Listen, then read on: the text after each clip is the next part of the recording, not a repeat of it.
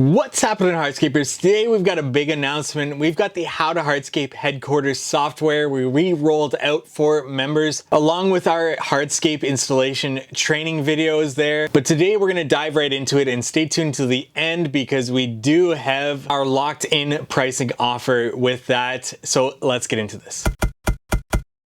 This is our How to Hardscape Headquarters software. It's going to help you budget, estimate, and streamline processes in your business. I'm going to try to keep this as short as possible, under 10 minutes, to go through everything that we've got going on here. As you can see here, we've got our dashboard, which has our budget name. We've got a breakdown of expenses, including equipment, business, labor, and total expenses. Our overtime budget is 0 right now. We've got total estimated projects from this budget being 2 with this dollar amount, and total approved projects of 0 and $0 there. If I go to our setup tab, you can see that we've got multiple tabs here. Our company information, we've got email templates that can go out with proposals or anything else that you want to add in there. We've got accounts, being the accounts that you would set up to assign certain expenses, and cost of goods too. And we'll talk more about those as we continue through this software here and how this can help you in your business. Units being face feet, square feet, linear feet, and so on. Users that you can add there, as well as a contract that you can add to various forms that go out to clients.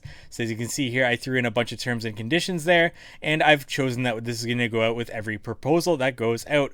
And this is editable at that proposal level, which we'll show you when we get to our project tab there. We've got our budget tab here where we'll create budgets for each of our divisions in our businesses. We've got the year, we've got the quarter, and we've got the division here. So I'll go in and edit mine to show you what we've got.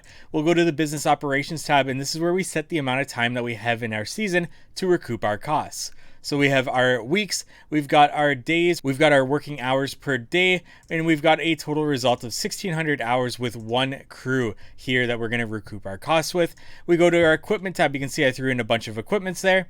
I'm going to edit one of my pieces of equipment, which is our truck. So I put in our license plate there to identify our truck, and this is where our cost codes come into effect.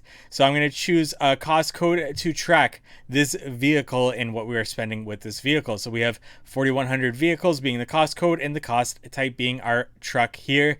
And then our cost of replacement, so we'll throw in what would it cost us to replace this truck, how many years of use we're going to get out of that truck at that dollar amount, and our resale value at the end of that expected life. The way I calculate this resale value is I look at 7 years of use, and I know that we put in 25,000 kilometers each year after the years of use there, which would bring us to a total of 175,000 kilometers for this truck. Evidently, we'd be buying this used at this dollar amount, so I'd add up what that used truck amount of kilometers would be with this 175 to give us what we would sell it at the end of its expected life. And then I'm going to add in other expenses that I'm going to budget for, or I know for that year. So fuel is a budgeted amount for that year, and I can also track it with my cost codes here being fuel, the cost type. I've also got insurance, which I know is a known amount, and I'll add that into that there. We've got maintenance, licensing, and then I can click calculate here and be able to know my cost per year for that specific piece of equipment. And I can carry on with this with all of my equipment in my business. Now in my business, I categorize everything that is over $500 as a piece of equipment because it is a depreciating asset on our balance sheet there. Anything under $500, we create a budget for that in the business expenses as tools, because those are 100% deductible in the calendar year. And as you can see here in the business expenses, I can add in a variety of things that I'm going to be charged for in my business. Things like rent are known amounts. This software itself goes in there as a known amount as a cost per year, but then we've got some budgeted amounts such as marketing, branding, and anything else that would come out of my business bank account here. I would throw it in. This is as simple as just adding new, giving it a name, putting a cost code and cost type in there for that, and giving it an amount per year and clicking save. If our equipment or our business expenses is shared with another division, I would click this, put in the share percentage, and then click save. And then when I create another budget for that other division, those expenses or the equipment would show up here in the drop down. When I'm all done, you'll see a budget breakdown of our equipment, business expenses, total employee wages, and our total amount there with a nice little pie chart there. Any employees can be added in our employees tab. You can see that we've got our employees there, as well as the owner. This is just a made up amount, but we like to budget our salary for the owner for this by taking into factor the amount of roles and responsibilities that owner does in the business. For example, as an owner operator, I am a full-time foreman, a part-time salesperson, a part-time designer, a part-time bookkeeper, and then what it would cost me to outsource each of these or to hire for each of these. And then that would be my budgeted salary for that. Whether or not I'm actually paying myself that amount, that's what I want to budget for. Because if something was to happen to me and tomorrow I needed to hire somebody to take over my sales role, I want to ensure that the projects that I've already quoted already have that expense amount already added into it for that salesperson. That way it's not coming out of my pocket. Plus, this is a fair market value for everything that you do in your business. I can go over to the crew section. I can add a crew. I can give it a name, and I can start adding employees to this by adding them here. I've already got my 3 employees on this here. Production rates help us actually streamline the estimating process. It also helps you to be able to pass this off to anybody in your business, the estimating process, and they can come up with the same exact number that you would come up with. So we create a production group, which are high level things such as pavers, walls, lighting, etc.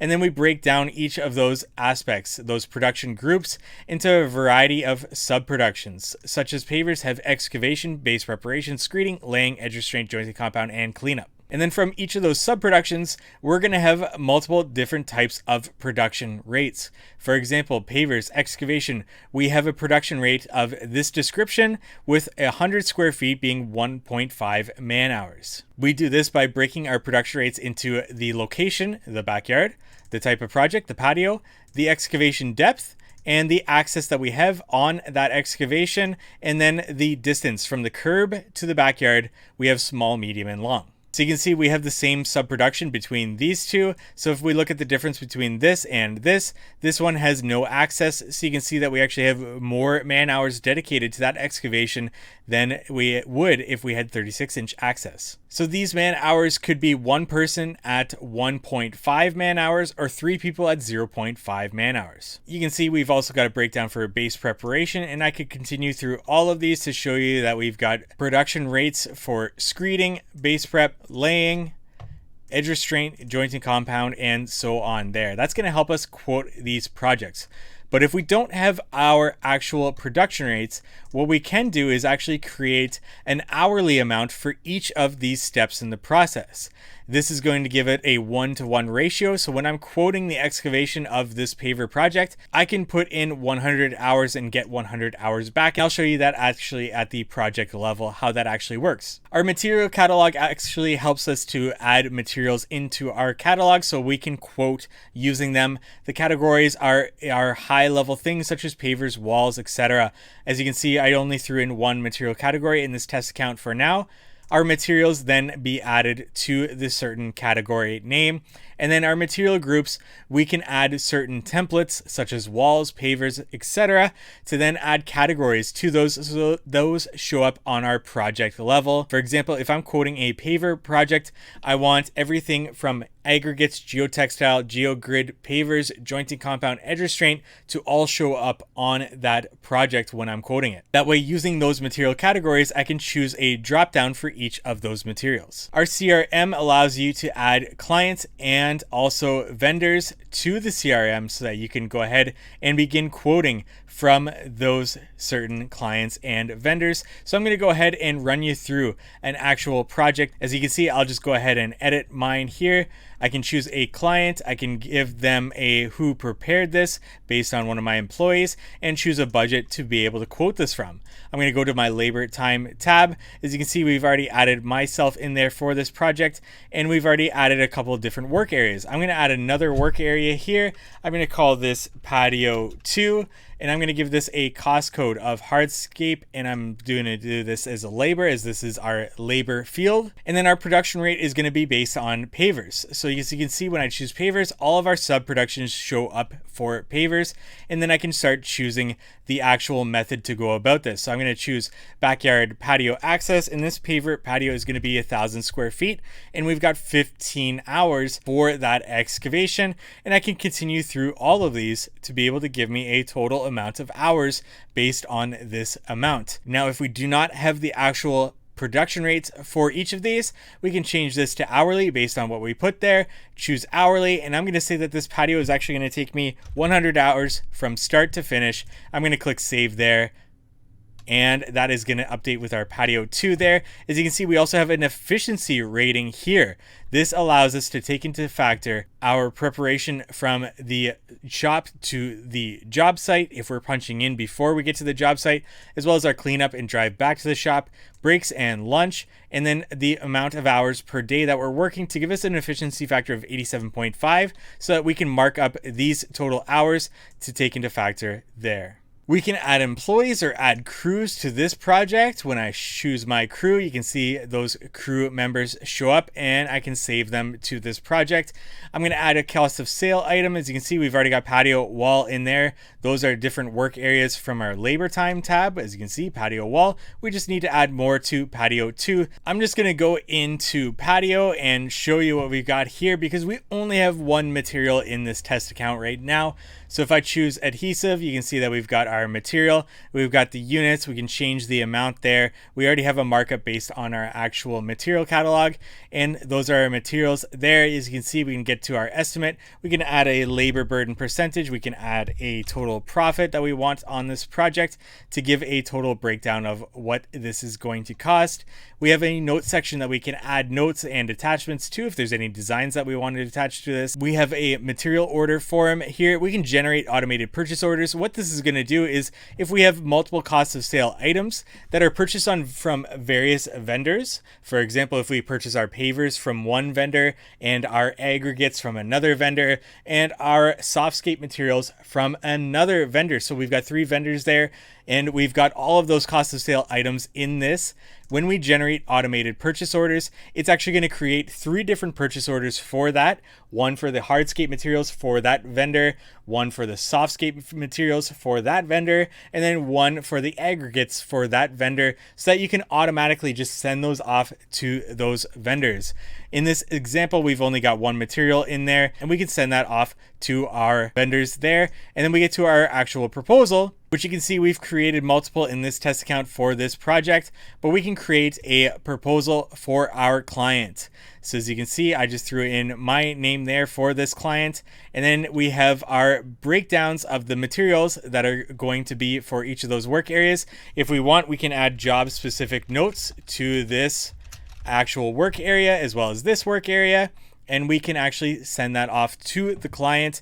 But these can actually be automated notes based on our production rates. If we choose a wall production rate, we can actually have in our production rates for that wall category a list of specs that we build our walls to, so that those notes will automatically populate in here, and we can still edit this before we send it out to our client. Same thing with patio. If we have patio specific specs for how we build patios, those notes can automatically be added here. And then we move down to get a total amount. We can choose our email template. So I'll choose my email template sending proposal here. And you can see that we also have our terms and conditions from our contract tab show up here. I can edit this. This won't change our setup tab, and I can then click save. This will send out to our client. Clients can view it, digitally sign it, send it back to us, and then we can start scheduling that project. Now, we are still in development on this software, but we do have a good foundation here. Our next update is coming shortly, and it's going to include time tracking, timesheets, and scheduling. So from here, when a client actually approves a project, you can schedule it in your calendar, include a crew in that, and your crew can actually punch in and punch out, see the schedule, and you can see timesheets from each of those projects. and we're going to continue to develop this software from this point on. The benefit to signing up early for those that already have, or if you're interested, is that you're locked in on your pricing. So as we add more features to this, our pricing is going to increase, but if you're already signed up, you're locked in, your price won't increase. So there's a benefit to signing up earlier rather than later for this, especially if you're a smaller contractor looking for a software to hop in on. This is going to definitely help, especially if you're a 1 to 2 crew business. Not to mention that this is part of our members only platform at members.howtohardscape.com, where we have courses on knowing your numbers, estimating, budgeting, as well as hardscape installation courses, including the installation of interlocking concrete pavement, retaining walls, gas fire features, lighting, etc., that you can actually assign to your employees, whether you want to use them for yourself or assign them for onboarding and training for your employees. And this is another resource that we're going to continue to add on and actually eventually move this over right into the software. But for now,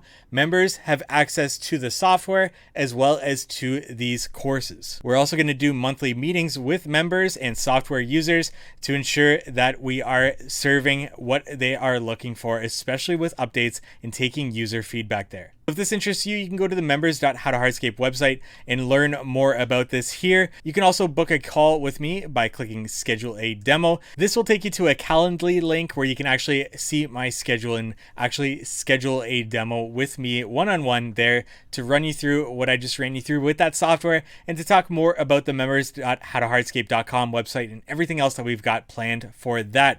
The goal with this is to set up a foundation in your business, a headquarters, where you can train employees, you can budget and estimate, and you can do so much more. We want to be able to provide career paths for our employees coming into our business, where we can assign safety training videos if they're going to hop into a piece of equipment. We can assign sales training videos if we want to level somebody up from a foreman or from a certain position into that sales role in our business. Leadership training videos for foremen that we want to level up. That is just one of the many goals with this software. So if you're interested, link is in the description below, members.howtohardscape.com. And if you have any comments, questions, leave a comment in the comment section below. Like this video if you found it helpful for whatever reason, and subscribe to our YouTube channel for more hardscaping content like this. Thank you so much for watching.